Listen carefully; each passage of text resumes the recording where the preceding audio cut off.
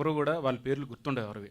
సాంబశివరావు గారు, ప్రకాష్ రావు గారు, మన కనకం, అండ్ వన్ బై వన్ అంటే సత్యబాబు, ప్రతి ఒక్కరు క్యారెక్టర్సే తప్ప ఎవరి పేర్లు కూడా మీరు గుర్తు పెట్టుకోరు కూడా. డెఫినెట్లీ ఆ వరల్డ్లోకి తీసుకెళ్ళిపోయారు వాళ్ళందరూ.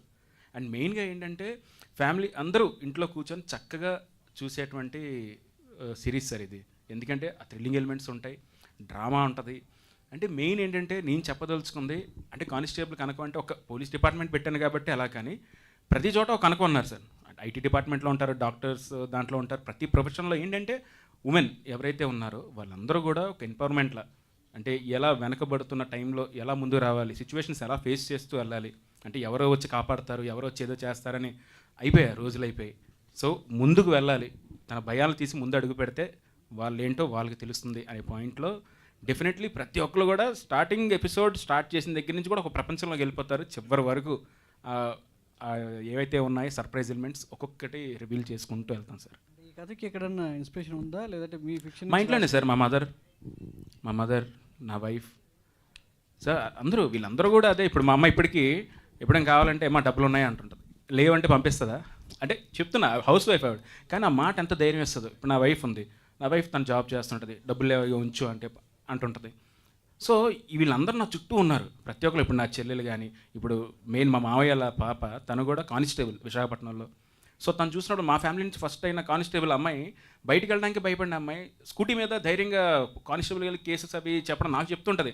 తెలుసా ఈరోజు ఏం జరిగిందో, ఇలాంటి ఒక దొంగ వచ్చాడు ఎలా సో ఇవన్నీ నా మైండ్లో రన్ అవుతుండే సార్. సో ఇంతమంది నా ముందే ఉన్నారు, వీళ్ళందరూ ఇప్పుడు వచ్చి పెర్ఫామ్ చేస్తున్నారు అండ్ యాక్ట్ చేస్తున్నారు మన దగ్గర. ఎంత ధైర్యం కెమెరా ముందు చూసినప్పుడు, బయట మామూలు కెమెరా ఆన్ అవగానే వీళ్ళెవరు కూడా వీళ్ళలా ఉండరు సార్, క్యారెక్టర్స్లా ఉంటాయి. నాకు ఆశ్చర్యం వేస్తుంది ఎలా ఇది పాసిబిలిటీ అని చెప్పి.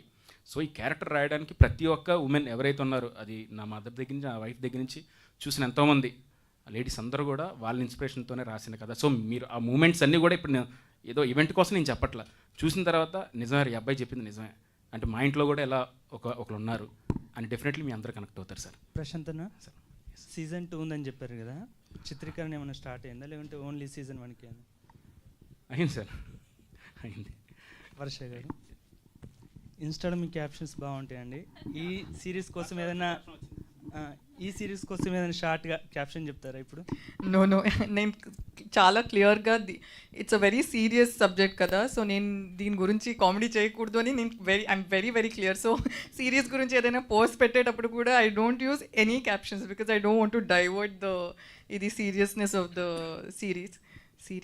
Yeah, so I don't so no, దీనికి చాలా ఏంటి నా రియల్ క్యారెక్టర్ని మార్చుకుని I'm very strict with this. Sir Sai garu, sir Nitin garu, Sai గారు ఇద్దరు ఎవరైనా సార్, సినిమా ఈ వెబ్ సిరీస్ చాలా హ్యూజ్ బడ్జెట్గా కనిపిస్తుంది. ఫస్ట్